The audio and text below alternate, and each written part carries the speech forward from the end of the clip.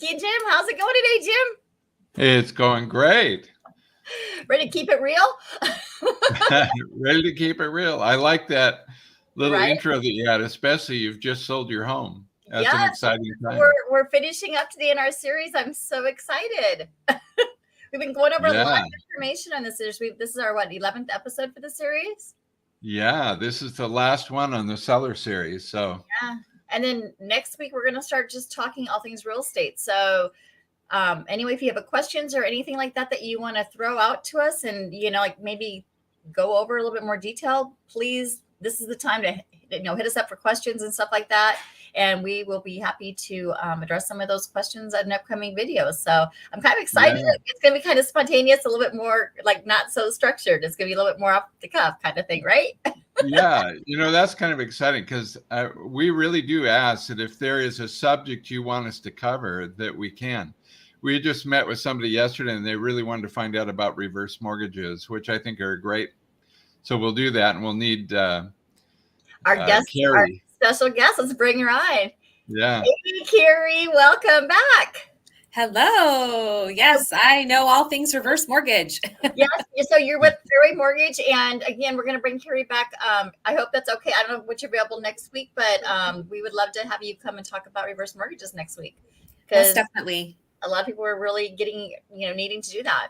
I mean, I know like a lot of my friends and stuff are having aging parents, and it's kind of coming that time, start thinking about some of that stuff, at least for our age group. So, yeah. Well, it's something I'm super passionate about because people have tons of equity in their home. So if we can tap into that, good. Yeah. So what's going on with the market today on your end of the things?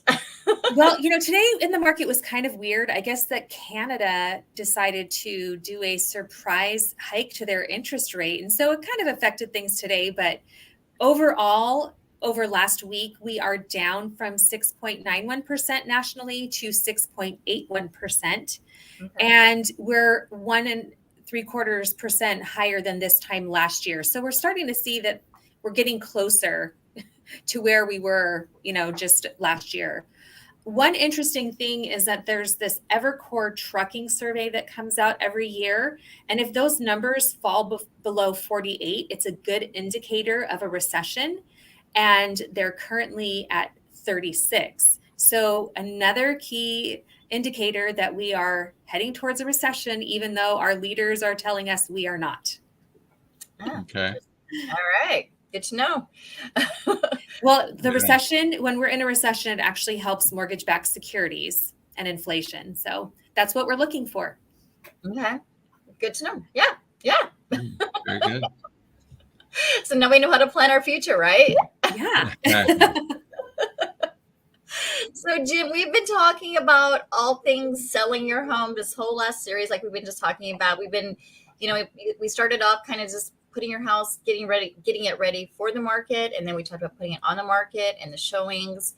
And then we talked about getting an offer and going through that whole, process. And, and then we talked about once you are under contract that you're going to have an appraiser and a home inspector come in and what's the difference and who works for who.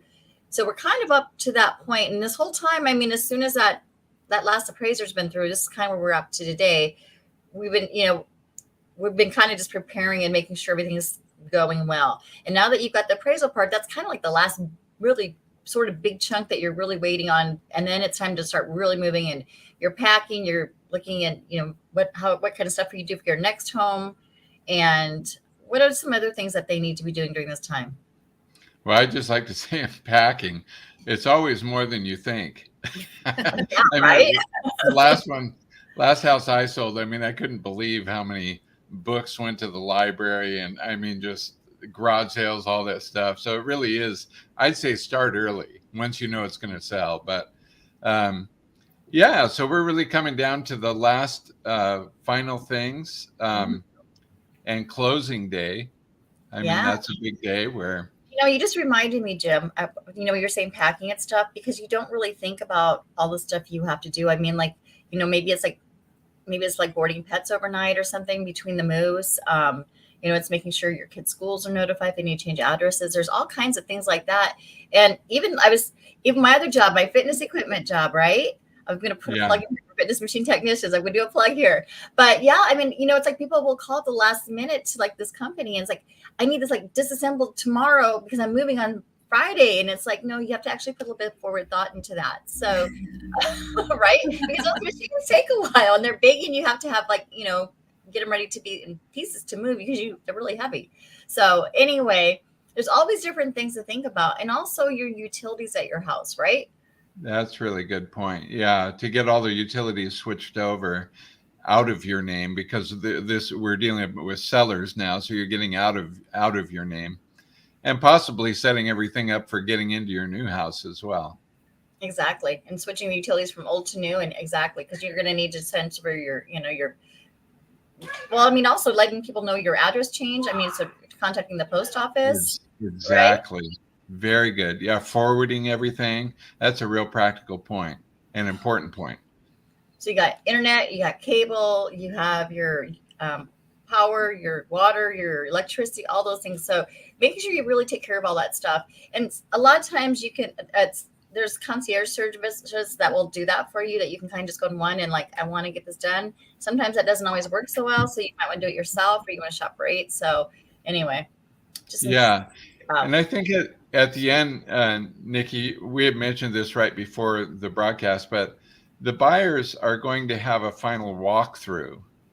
And so they're going to want to make sure everything that was supposed to be out is out, everything to make sure there's no new damage, on the house. Maybe you could add some to that too. Yeah. So, I mean, that's usually done. I don't know. I like to do mine a little bit earlier, because that way, if you do find something, I mean, sometimes you might still have like things there. Like, I mean, I know we did one time, and there was still like a person's mattress and stuff. And I just kind of snapped a picture with the wall and said, okay, so this is going to be removed. Right. So it's making, if the things don't convey, I mean, like sometimes it's, I don't know, maybe there was a certain like curtain or something. Normally like curtains won't stay or something, but maybe that it was part of the house that they were going to leave it. And it's making sure the things were supposed to stay stays, and the things that you don't, didn't. It's Very also good. sure that if there were like last minute repairs done, and how those turned out, to make sure that they're okay. So you're kind of just verifying that this is the house, everything's the way that it was agreed upon and done, and that's your kind of final chance to see it before you actually get your keys. So to me, that's a super important step. And I mean, I would always make sure that you do that if you're buying a home. On the seller side of it, though, it's really, that's really for the buyer's protection, but it's going to be one last kind of time if they come through. So the more stuff that you can have done, so they're not like, hey, can I come back and look, or whatever. Right.